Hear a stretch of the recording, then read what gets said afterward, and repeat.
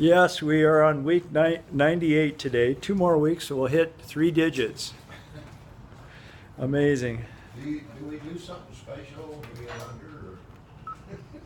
Well, we'll think about that. Let's turn to Genesis chapter 32. We're continuing on this morning with verses 13 through 21.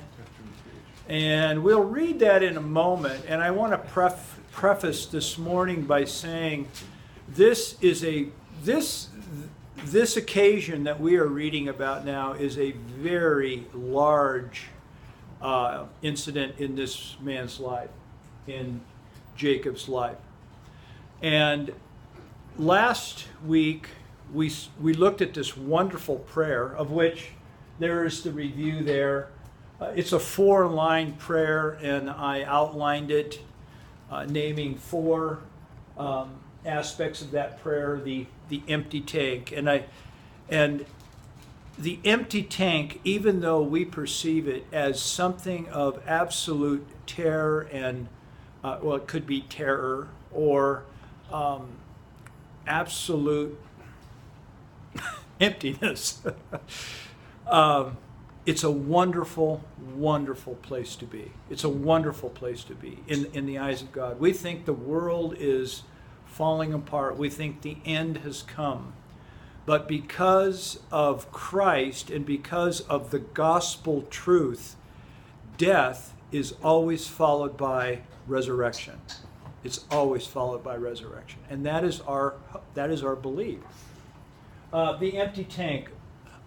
And in that period of emptiness comes, in an amazing way, a clarity to see like we haven't seen before. And within that clarity, we find ourselves in a place where we can let down into complete naked honesty. It doesn't matter. We don't have to self-protect. And it's all driven by that last phrase in the prayer. Oh God, one hope, because our hope is in God through Christ. We can pray this prayer. It's a wonderful prayer. It's a wonderful prayer. Well, that's one side. That is one side where Jacob is seeking God.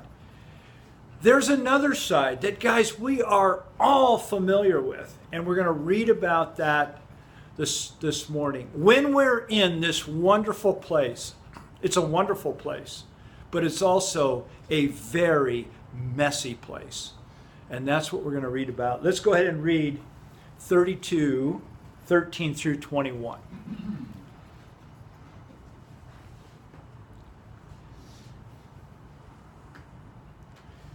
He spent the night there, and from what he had with him, he selected a gift for his brother Esau, 200 female goats and 20 male goats, 200 ewes and 20 rams, 30 female camels with their young, 40 cows and 10 bulls, and 20 female donkeys and 10 male donkeys.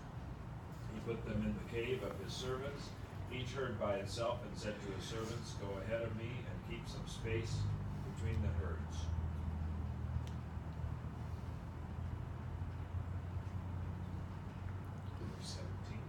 And he commanded the foremost, saying, "When Esau my brother meets you, and asks you, saying, 'Who are you? And where are you going? And whose are these before you?'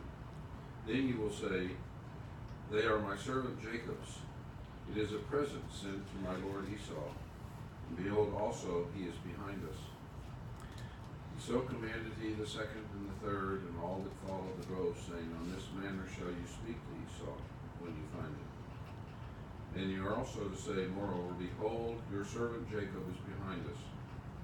For he said, I will appease him with the present that goes before me, and afterwards I will see his face, and perhaps he will accept me.'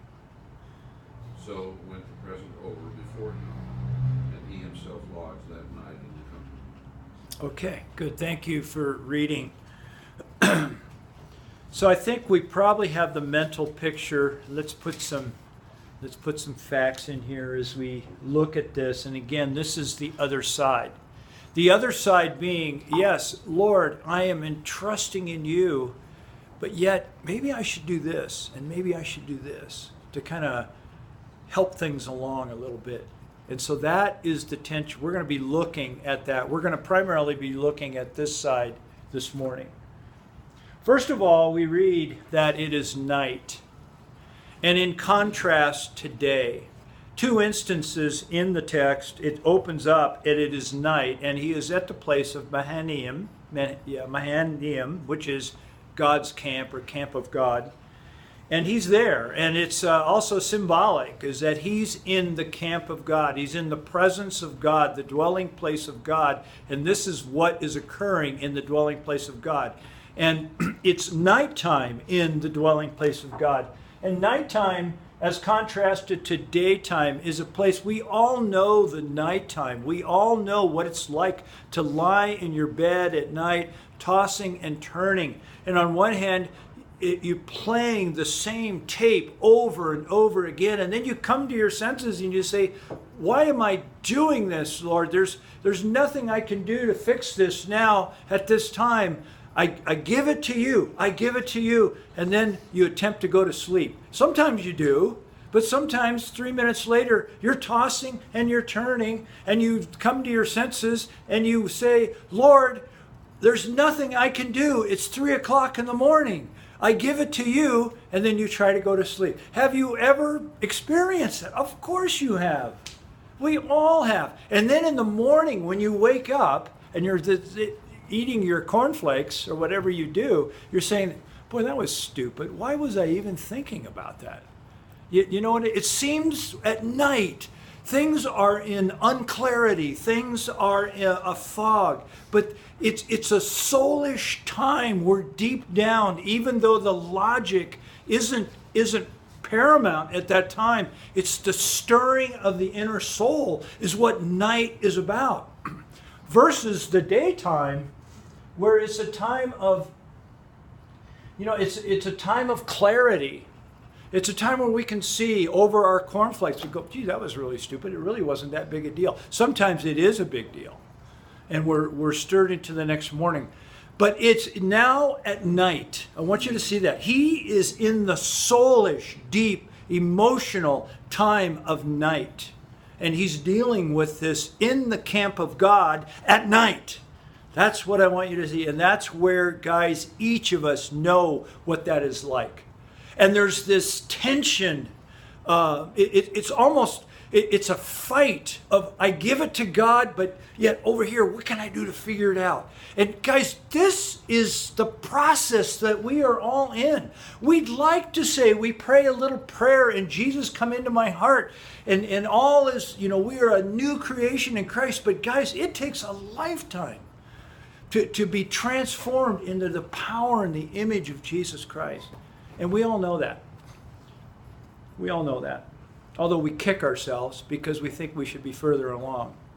But we all know this experience. And that's what I want us to see. So it's nighttime. 2 times in the text. And in that is this. I came up with this idea of I've already actually talked about this, but the trust. I give it to you. And the effort. And that is what we're constantly involved with. You guys know what? You're called to a place of faith. But yet, well, gee, if I just do this, or maybe I should make that call. Do you know what am I the only one, or do you know what I'm talking about? Where we want to trust God for the outcome, but yet we keep getting involved. And I want to suggest to you that this is so part of human experience and to stop kicking yourself. Because this place of Mahanaim is a sacred place. It's bigger than you and me. God is there and God loves and is interested in your transformation and me and mine way more than you could ever imagine, way more than you can understand. And let it be messy. We can't fix it. That's part of the problem. We keep trying to fix it, Jeff. Yeah, I was just thinking, And you're right, it's a scale there and it's a balance because we do want to trust. But I think sometimes God requires effort. In the instance where Israel entered the promised land, when does anybody know when the river Jordan parted? When somebody took a step. He wasn't going to do it until somebody stepped into and made that first effort. They made that first step in faith, but he made that first step. So I think sometimes I get myself stuck where I'm saying, I trust in you, Lord, but I'm sitting here and I'm not doing anything. But he's already asked me to step out, to go do something so that he can work through that in my life. And too many times I get stuck and I say I'm trusting, but if I really were, then I would take that first step, and that's where we got to get going sometimes. I appreciate that so much because you brought out the aspect of the balance. Maybe if we took a vote, Jeff, we'd see some of us are guys or people that tend to not step out enough. Right. I don't have that problem. I tend to overstep. I'm an overstep guy. You know, I'm a fixer. I want to fix it, and that has been my tendency for a long, long time. And it's to wait. For me, it's waiting. Yes. Well, a lot of the weights that come on here are struggles. You become a Christian. Some people it's a process, some people a point in time. For me, it was a point in time. And since then, I've still gone into some dark places. And I still got married, I still got divorced, and I still have problems. And I really messed things up. And then I wrestled at night with, I'm sorry, have mercy on me. What can I do to fix it out? And the thing that's pulled me out, a lot of things have pulled me out, but more often than not, the most common thing I pulled out is I finally stopped and I look at God and I look at him and I go, God, when you called me, you knew I would behave this way. Yes. So you called me. I guess I have to trust you to fix it because I'm sorry I messed it up, but this didn't surprise you.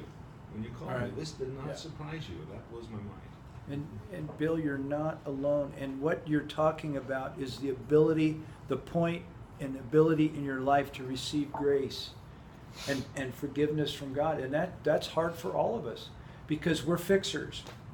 We somehow still want to earn it, even though we believe in Ephesians 2 through 10, 8 through 10. For by grace you're saved. Yeah, not of works, lest anyone. I mean, Paul says it right there. We believe that, but our practice is so different, and that's what actually the crux of kind of what we're talking about this morning. Okay, so here's our little guy here. This is Esau. Esau's coming, and he's just. We don't know Esau's intent yet. We do because we know the story, but we don't because we're being pure to the text. We don't know what's going to happen. Jacob is certainly prejudging the situation. He sends out D1, D2, D3. D is drove in my text. It could be a cohort. It could be a company. And so he compiles this amazing gift, a present, they call it in the text. And he divides it all. And imagine as he's in there in the night and he goes, God, let's see, if I send these 2 mules here, and he's setting up his gift. He's got it all out like on parade. And he gets it all organized, and he's got all of this effort into this present of what he's trying to do. And what is his motive, guys? We know it in the text. Yeah, he's trying to buy his brother's love. He's trying to buy his brother. It's called appeasement. Appeasement. He feels so guilty, so shameful of what he has done, and now he's come up with this marvelous strategy that it doesn't surprise us coming from this guy.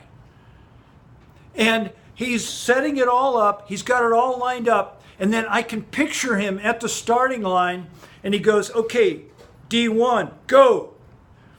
And then he's got his clock or whatever he's got, and then he times it. D2, go. You know, almost like parachutists out of the thing. And then so here's the other end, and here's the other end of the picture is Esau's out there, and he's just walking along, and we don't know yet what he's thinking. And all of a sudden, this drove of animals, and the animals were up front, and the drove comes up to him, and then finally the people, the herdsmen come, or well, they're the servants, but he thinks they're herdsmen, and says, "What's this?" Well, Jacob had it scripted. Maybe he had it written down. These are the animals of Jacob, and he has prepared them for, I think it's my lord Esau. Wow, a present. Yeah, and of course we don't know the reaction because we don't know what happens yet. But Jacob has played the script in his head. He's hoping that at that moment there's a smile on his face. And then if one is not, if one is good, two is better. So he's received this first drove. This is cool. And then a little while later, the same thing. This is the maximum old butter up technique. And he receives the second drove. And then a period of time. And then drove number 3. And Jacob's entire motive here is not love, not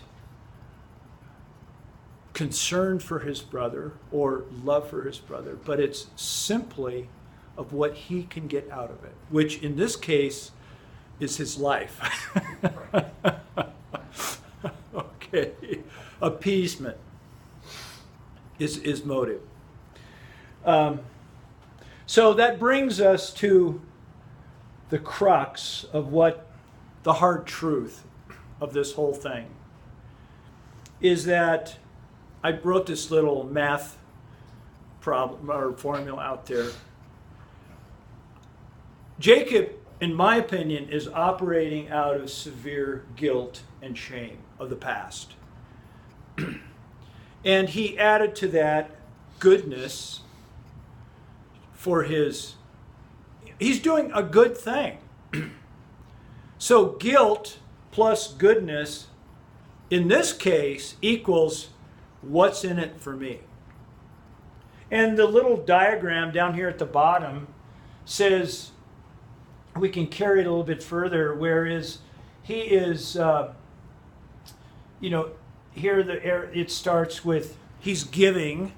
It also could be a doing. He's doing something. And for appearance sake. He wants the gift to appear differently than it really is. He's trying to win his brother over, whereas the gift appears to be something, a typical first appearance. When someone receives a gift, you think it's out of love, a gift out of love and concern and thankfulness. Glad to see you, bro, Well, what he's hoping to receive is something that bolsters ego. What's in it for me? In this case, it's protection. Now, there's some huge correlation here to where you and I live. This is right out of the world we live. Even though this is centuries old, this story is right where we live, guys. Martin Buber, early 20th century Jewish philosopher, wrote about the idea of I and thou. You've heard that term, haven't you? The I-thou relationship.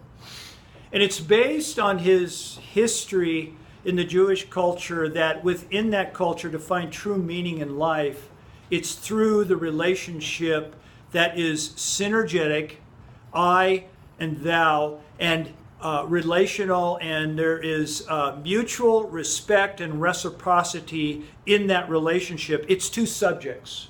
And the two subjects are working, we would call it, because both are in the image of God. And that is where true meaning is found within life.